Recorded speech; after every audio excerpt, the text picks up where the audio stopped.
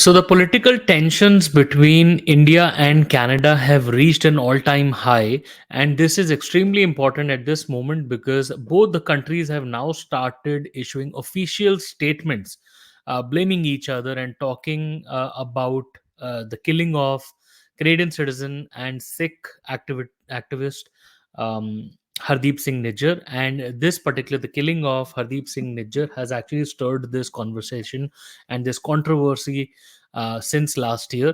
Well, last year the issue was not as big as it is now today. In this video today, we will be talking about all the details that are available and the fact that why are these two countries fighting, what is the investigation, and what are the findings by both the countries, and what is the standoff between the two as of today. So, guys, if you are interested in this particular piece of news, you will find this video extremely useful. Please be sure to watch the video till the end.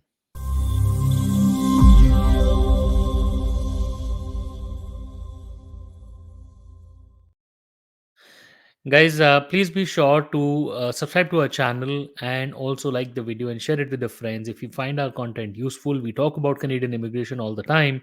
And today, this particular video is going to focus about not only Canada but also about India because India happens to contribute a major chunk of immigrants who come to Canada.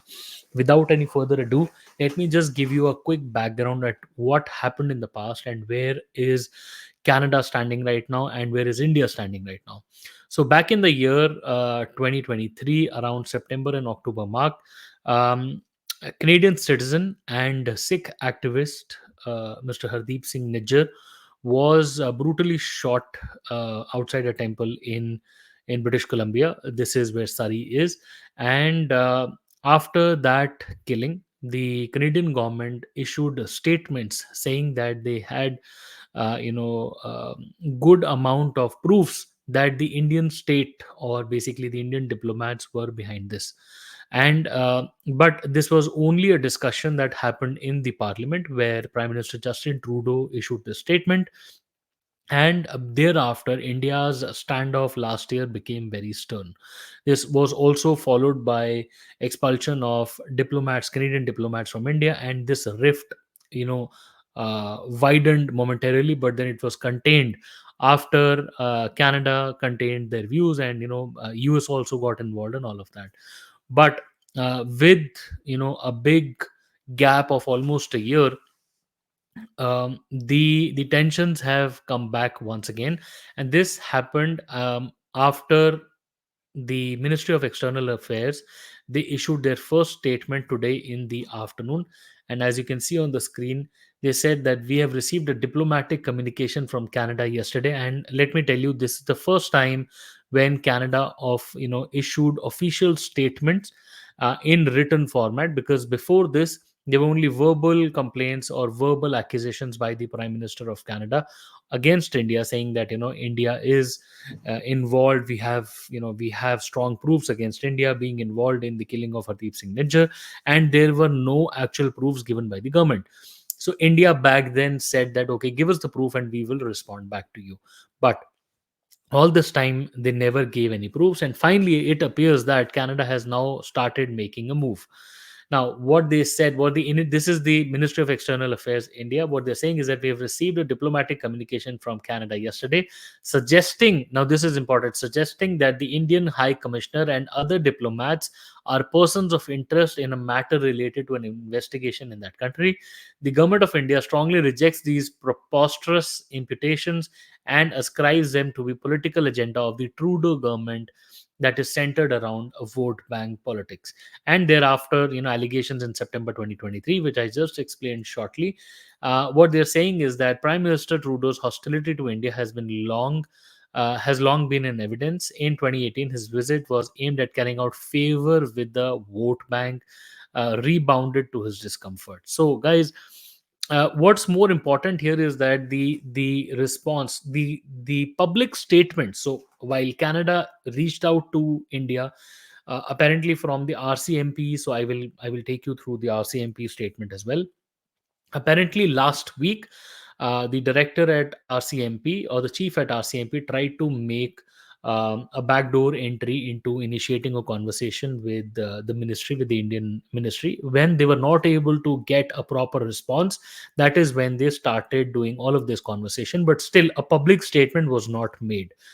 Suddenly India started making this move today morning. So today morning in Canada, this move was seen, and this response was issued by the Ministry of External Affairs. And please mind that today is Thanksgiving.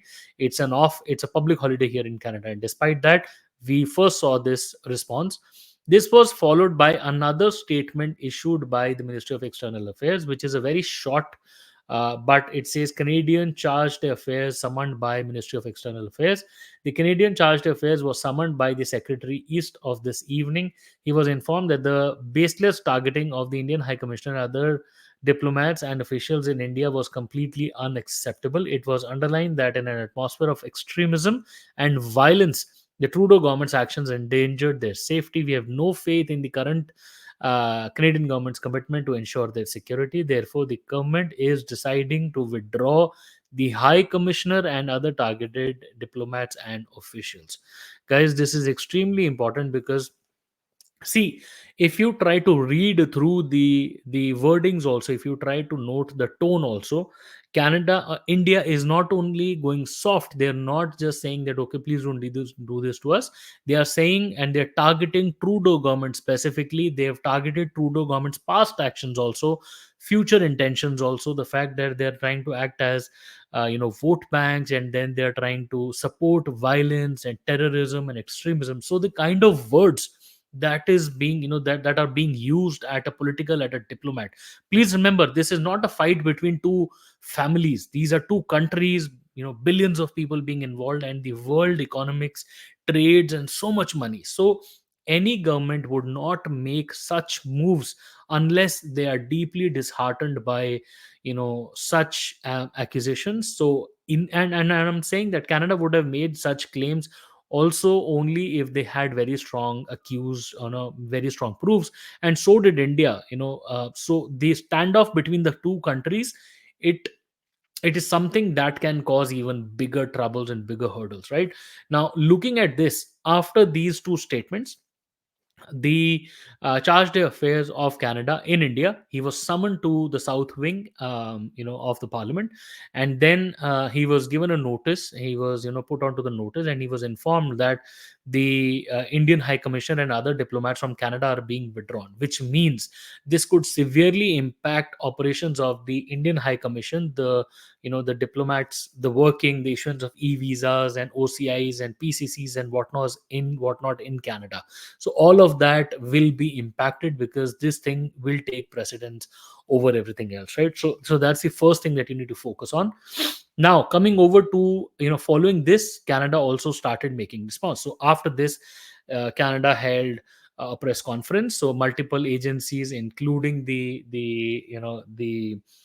immigration department, held a press conference, and now I will show you the official statements of each party.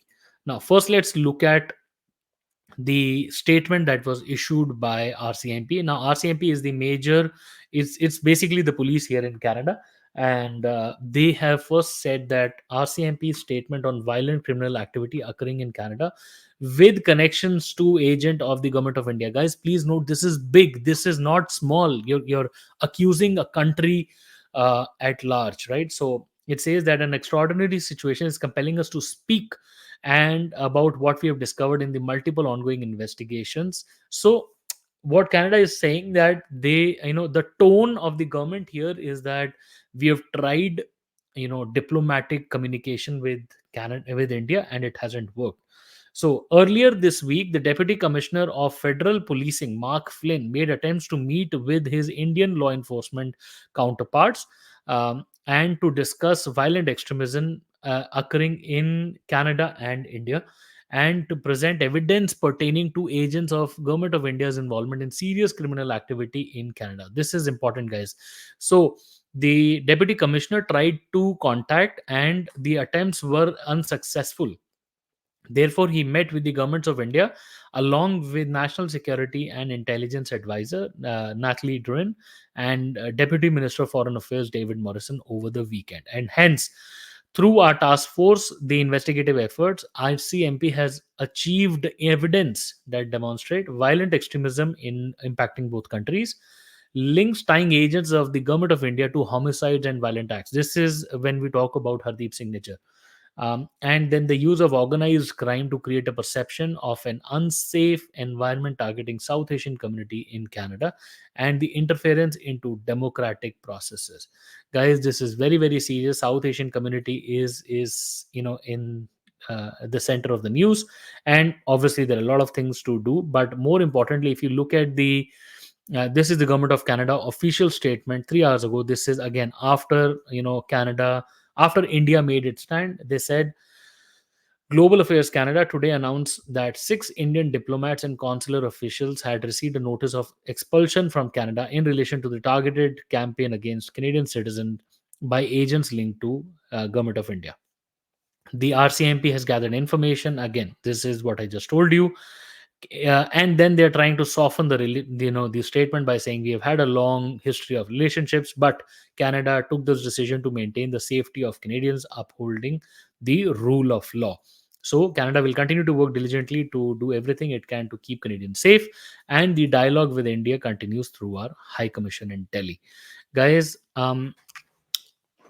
because India called its people back, Canada said, now they're saying that they've received notice of expulsion. I mean, well, whether it was initiated by them or not, but the diplomats are now being evicted. They are now leaving Canada, and so are the diplomats from the Canadian diplomats from India as well. So this is not good news. Um, this particular news that has come through is after 1 year of long standing, and Canada has to say that Hardeep Singh Nijjar's killing had all the intervention of the government of India and the agents by the government of India. So we are yet to see what kind of proofs are there. They apparently, the both the countries will now be working with each other in order to identify, probably get a proper explanation of whether India was involved or not.